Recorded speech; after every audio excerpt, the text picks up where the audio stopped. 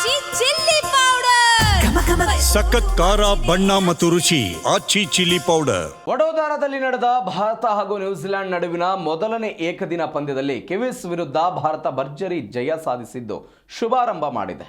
ಮೊದಲು ಬ್ಯಾಟಿಂಗ್ ಮಾಡಿದ ನ್ಯೂಜಿಲೆಂಡ್ ತಂಡ 8 ವಿಕೆಟ್ಗಳಿಗೆ 300 ರನ್ ಗಳಿಸುವ ಮೂಲಕ ಭಾರತಕ್ಕೆ ಬೃಹತ್ ಟಾರ್ಗೆಟ್ನ ಸವಾಲು ಕೊಟ್ಟಿತ್ತು.